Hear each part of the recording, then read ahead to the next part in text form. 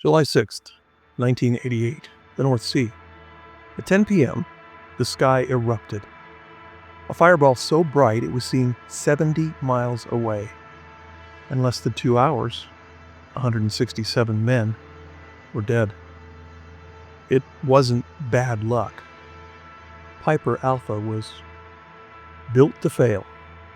Converted from oil to gas without redesign, firewalls that couldn't withstand an explosion, a control room destroyed in the first blast, safety systems switched off.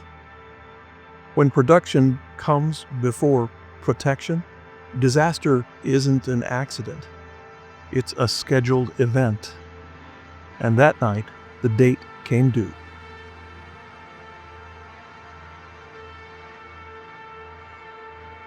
Disasters don't start with fireballs. They start with details. That morning, Pump A's pressure safety valve, the part designed to keep the pump from building up dangerous pressure, was removed for maintenance. In its place, workers bolted on a blind flange, a temporary metal cap. It wasn't tested. Imagine putting a flimsy lid on a boiling pot without checking the seal.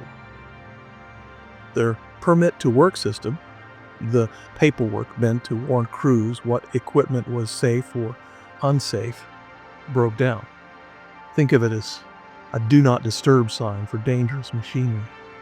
But the paperwork was split between day and night shifts. The night crew never saw the warning. They thought Pump A was safe. It wasn't. Design flaws had piled up too. Piper Alpha was built for oil. Oil burns, it doesn't detonate. Gas spreads invisibly, mixes with air, and explodes with shattering force. Firewalls designed for oil fires crumble under gas blasts. The control room, the brain of the platform, was not blast hardened. When the first explosion hit, it was wiped out. The firewater deluge system, designed to kick in automatically, had been set to manual. Why? Operators worried seawater would corrode the equipment. In practice, that meant that when a fire started, if no one turned it on, the hoses and the pipes for the fire suppression system stayed dry. And the biggest fuel source, neighboring platforms. Piper Alpha was the hub of a network. Pipelines from Tartan and Claymore fields pumped oil and gas through it. Even at the first explosion, those first fields kept sending hydrocarbons straight into the fire. No one had the authority to shut it down instantly. The blaze was force-fed until structural collapse. Every barrier, mechanical, procedural, cultural, was weakened, ignored, or turned off. The disaster was inevitable. Only the timing was uncertain.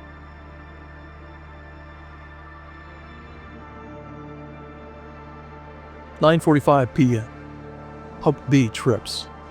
Operators need a restart. They reach for Pump A, unaware that its safety valve is gone. Just before 10, gas leaks, spreads, ignites, and the first explosion rips through the platform. The control room is destroyed in seconds. The firewater never starts. Firewalls collapse. Smoke engulfs the accommodation block. The workers' training told them to muster inside, wait for rescue. Hundreds obeyed. But the procedures hadn't imagined this fire and explosion. Smoke filled the block. Most men died before flames ever touched them. Obedience to training turned fatal.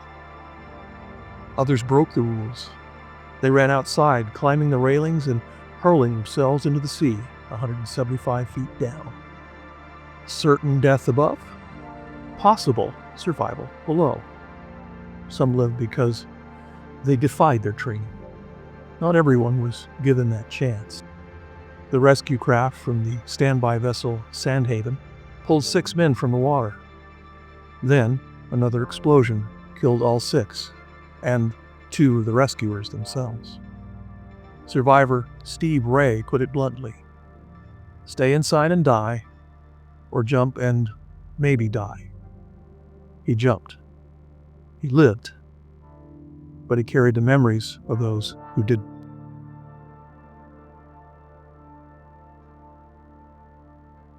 By dawn, Piper Alpha was gone. Nothing left but scorched steel above the waves. The immediate recovery was grim. Bodies pulled from the water. Survivors listed. Families waiting through the night in Aberdeen for names that never came.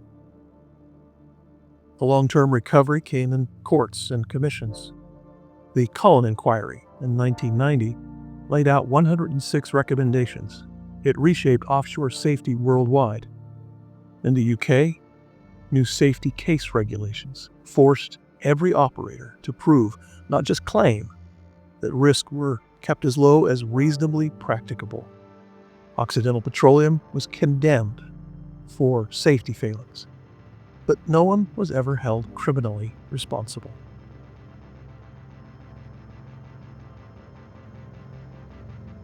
Piper Alpha wasn't unique. It was a warning that echoed into 2010 with the Deepwater Horizon.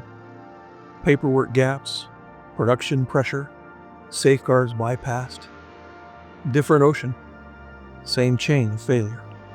Some say when we're not paying attention, history repeats. So, what did we learn?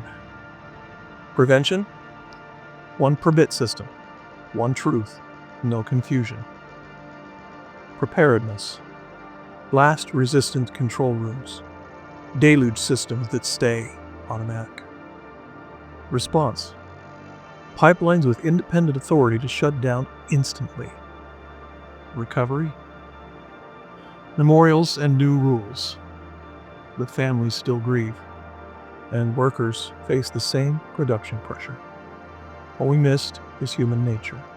When nothing goes wrong for long enough, we start believing that nothing can go wrong. We drift toward failure, convinced safety is handled. Piper Alpha proved it wasn't. A blind flange, a piece of paper, a choice between following the rules or breaking them. Piper Alpha wasn't a freak accident. It was the inevitable result of hazards left waiting, barriers ignored, and complacency rewarded. So here's an ounce. If production can override protection, disaster isn't a possibility. It's on the schedule and waiting to be filled. And that's it, an ounce submitted for your consideration. Disasters don't just happen. They're built, link by link, until one night the chain breaks. If this story struck you, share it. Subscribe to An Ounce for more disaster files, where we uncover small failures that lead to big catastrophes. Thanks.